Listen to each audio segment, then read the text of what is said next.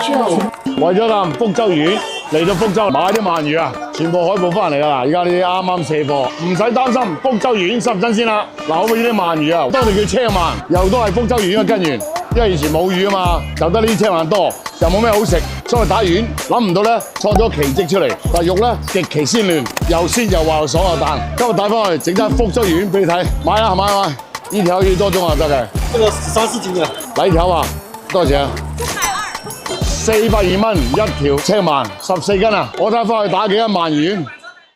嗱，呢位喺度起鰻魚肉嘅就係福星師傅啦。福州魚丸技藝傳承人之一，喂，呢句話咧，10歲整魚丸咯，而家40歲，一手魚丸玩到出神入化。哎，你那個做雞厲害。哦，做雞。呢個海鮮啊，叫車鰻啊，就係福州魚丸嘅根源。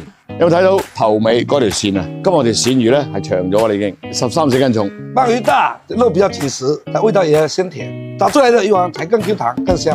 鰻魚千好萬好，最衰係骨絲多啊！所以接落嚟咧，福星師傅呢個刮蓉工藝咧就係為佢而生㗎，順住個骨落嘅方向咁刮咧，佢係唔會黐到骨嘅，純粹係魚肉嚟嘅，晶瑩剔透，膠質滿滿啊！魚丸就係咁做。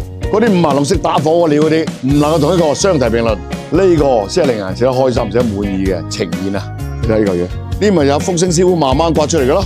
魚本身就好魚，冇人食咧，因為啲骨麻煩啊，所以福州魚幫你問題解決晒咯，你哋放心食啦。嗱，咁樣剁咧有兩個作用啊，一個咧剁水魚肉咧分散啲，第二個咧有啲細骨咧可以剁埋上去。其他地方咧因為骨絲多咧唔食嘅鰻魚，喺福州咧係通過技藝，通過師傅嘅手工，將佢做成一個鰻魚丸。佢哋嘅美味係靠時間同工藝克服嘅，所以福州魚丸咧可以紅豆半邊天，上到大雅之堂就有啲功夫啦。嗱，剁上之後咧就要揼佢啦，衝到啲魚肉逼裂出嚟咧，嗰啲膠質咪出嚟咯。怎麼捶都可以啊，有針拆起來就可以了。鰻魚就鰻魚啦，唔好加埋啲雜七雜八嘅嘢落去。大哥，送你個魚丸。咁大魚都未食過，我消化唔到。而家咧，我哋開始調味，請師傅攪拌佢，打到呢隻漿為止。OK。那個要跑去偷懶了，我給你們加個味，為了讓它粘性更好，加點粉，加點鹽吧，這樣做起來容易出膠啊。這樣子揉啊，不知道揉到什麼時候啊。帶回去用工具揉。這張老頭子壞得很啊，累的活都是我幹啊！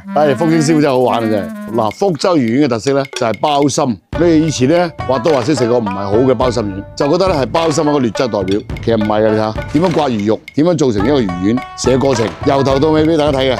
呢係嗰啲土豬嚟㗎，魚就魚，肉就肉，佢唔會互相搶風頭。就簡單調味啊，就要吃到豬肉味啊！一啖落去咧，食到魚肉嘅鮮甜，中間嗰部分咧肉嘅爆汁，係兩種唔同嘅體驗。再好的魚肉吃多了都會膩。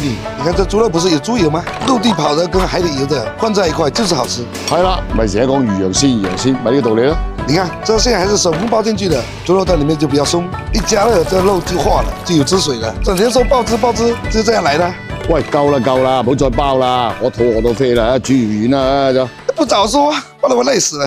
大哥，水熱了沒有？熱。嗱，忙咗咁耐咧，終於到呢一步啦。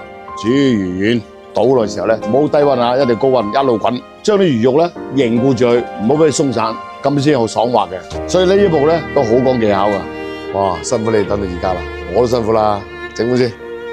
哇，全部湯丸嗰個魚。有冇睇啲汁爆出嚟啊？